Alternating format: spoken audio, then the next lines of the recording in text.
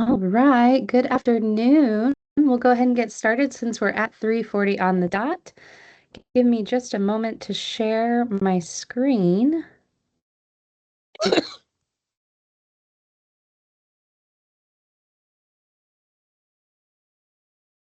Okay, and you should see my screen there now. All right, so today we were talking about quick annotating on your iPad, starting with markup in the Photos app, which we did talk about in our DLL meeting, but just a quick refresher on how we can apply that. Then we'll look at using annotations with the Preview app, that new iOS 26 update, and then look at PowerPoint annotations. So to start out with just plain old markup with any photo, we can of course use the camera app. Going into that camera app, one second, I've got a book here. Let's see if I can take a quick picture just of that page. Amazing. So I just snapped a photo. This can be of anything that's in front of you, student work, a book that may not be consumable normally, anything that you can take a photo of. And I'm just going to click my thumbnail right there. And we recommend that you mirror your screen to your large display when you are annotating to use as a model. So once we have that photo open, we can go to this edit menu, kind of looks like some slide bars there. And once that edit portion is open, we can see the markup icon at the top. Of course, it will prompt you to turn off that live photo that kind of gives you that short video. Once that's turned off, we'll see our tools down at the bottom. And of course, we've got our markers and pens and a nice highlighter that we can use to call out key information to help model what good annotations look like for our students. And we also know that when we tap one of these tools a second time, we can change the thickness, the opacity of it even, so I can, of course, write nice notes like I want to call out this theme, all of that. What's nice about these tools is that I've got tons of colors available to me where maybe with traditional means we don't always have that available for things like categorizing our annotations. And then I'll just go through a quick look at the rest of these tools here. We of course have an eraser. The best thing about this one is that when we tap it twice, we can go between just erasing pixels and erasing whole objects that we've written. We've got selection tools, a ruler, pencil, crayon, more like a fountain calligraphy type pen, and then some painting tools like that nice watercolor as well. So, like I said, we can do this with any picture. This is great for just hovering over student work right in the moment or taking a quick snapshot when you forgot to maybe scan and print something, right? Or if there's something in digital format that isn't easily replicable, we can just take a quick screenshot of that and then open it in the Photos app. So I'm going to just real quick show you down here a couple other tools. What is handy in this photo annotation is that I can add stickers from photo stickers that I've made. I can add a quick text box if it's easier for me to type my annotations, or even shapes. And then lastly, in this photo markup, these three dots can help us if we get into trouble. Say we're using a stylus like a Logitech crayon, and that starts to not work for us.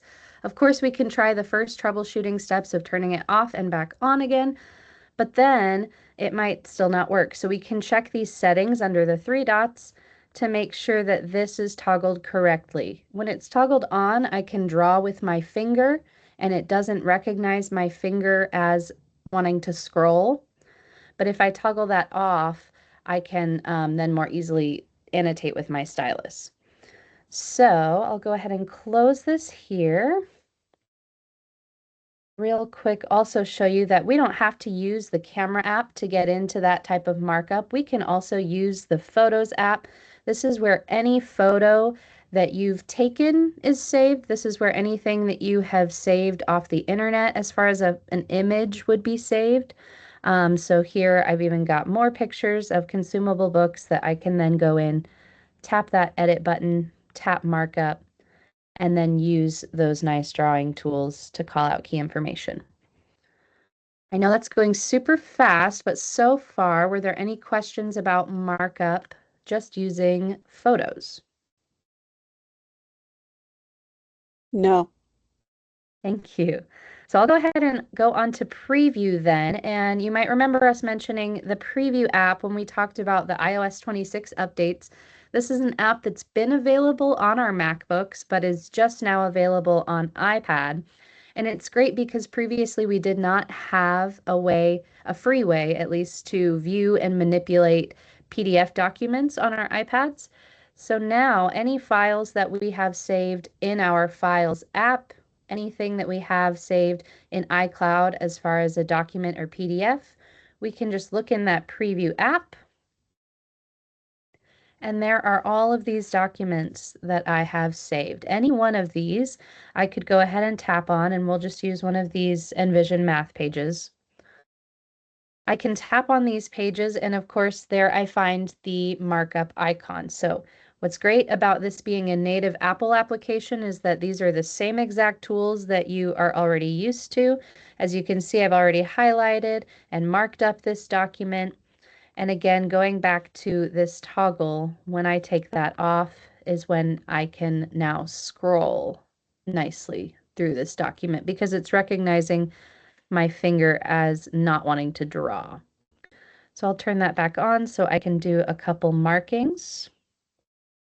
What's nice about this is just like we saw in our explain your reasoning task, we can use this to explain our instructions or explain our reasoning, and students can also use this to mark up their documents to explain their reasoning. So I won't take you through any sort of math lesson today, but that is as simple as it is to use preview for markup. Were there any questions about that? Nope.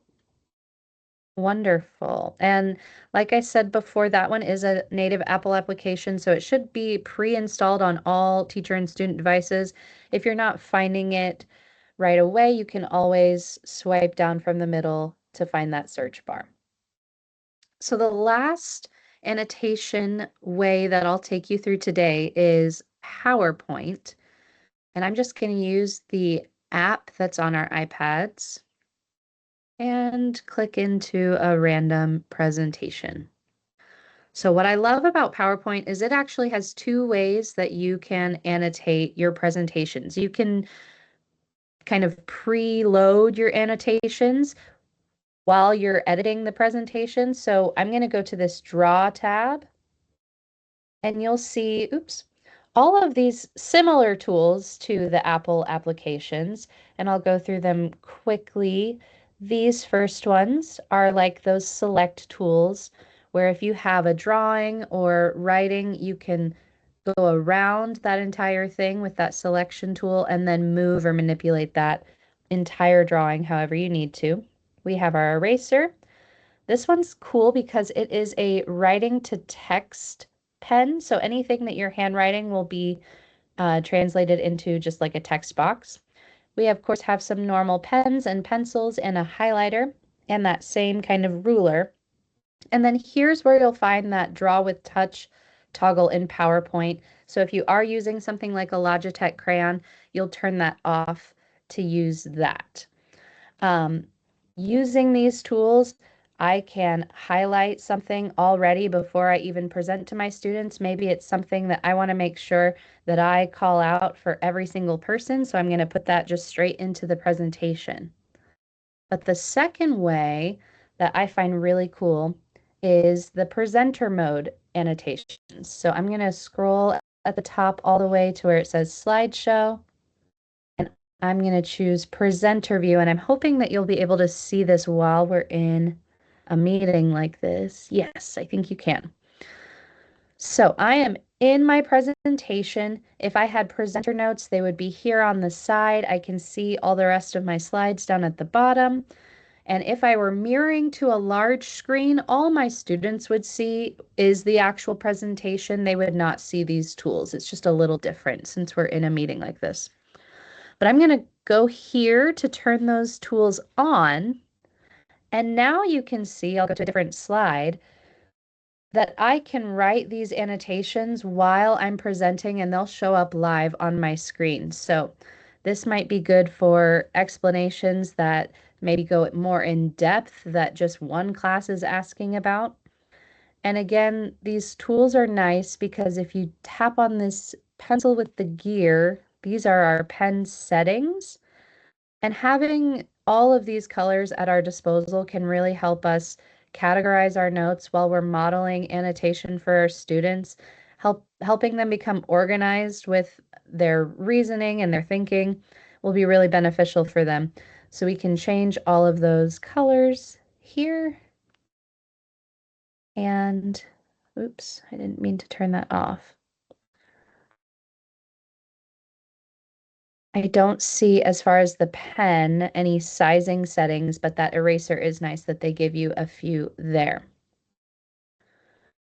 So those are some really handy applications, and those are not all of the applications that we could use for quick annotating on our iPad, but we really just wanted to point out the application of this within our district, how we have those equitable displays with everybody having an Apple TV and a large TV display.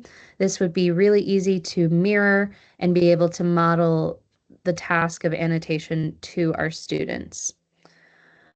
That would be all I had for PowerPoint as well. If you had any questions, please let me know.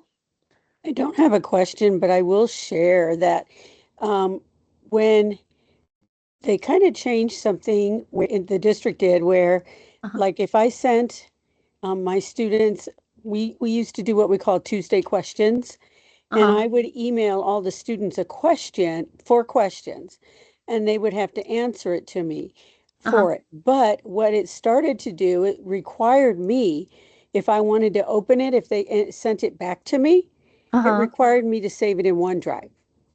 Well, I didn't want to save 50 questions in OneDrive every Tuesday. Yeah. So I ended up coming up with using PowerPoint with what you just kind of did. And I would have Wow. a slide for each question, and they would go ahead and answer on that slide.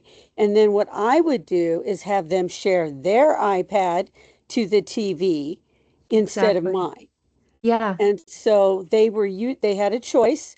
They could create a text box and type their answer in, or they could use the draw and Hmm. draw an answer, or Yeah. use the draw and write it. And That's so, perfect. Yeah, that's so amazing that they were able to, and then they kind of have that collaborative presentation to go back on too. correct. And so That's they so would, cool. though, so then it saved it on their iPad if they wanted to access it, and Hmm. not 50 of them on mine. Exactly. Yeah, having to And save all so, of that. Oh my correct. goodness. So that was what we ended up doing when that email kind of changed. Hmm. And Hmm. so, and they enjoyed it. I mean, and all the questions were like, because we are transition. So, if you went, for example, if you went to McDonald's, what kind of jobs would you see? Mm-hmm. So, because part of their learning is job training. Hmm. So, and we always did a fun would you rather. Oh So, yeah. but so just to let you know, we kind of use that already in a way That's with the awesome. PowerPoint. Yeah. And a really cool, and especially it's great that they are able to connect to the displays and show their own work like that, but even using Hmm. something like Apple Classroom in conjunction with that um, could even make that like quicker and able to share more students' work. And I'm just so excited that you're already using these tips for helping them to show their good work and having them able to access that at a later time as well. Yep. Awesome. All right. Well, we have just a couple minutes left. I'm going to send here in the chat a little handout just on the PowerPoint annotations that we have so far. So that shows both in presentation and out. I know you said you're already using that, but just so you have that in case other Mhm. teachers at the transition program would benefit from that. And if you had no other questions, I think we are good to go. So thank you so much for Sure. joining us and have a great rest of your afternoon. Thank you. Thanks. See you later. Bye.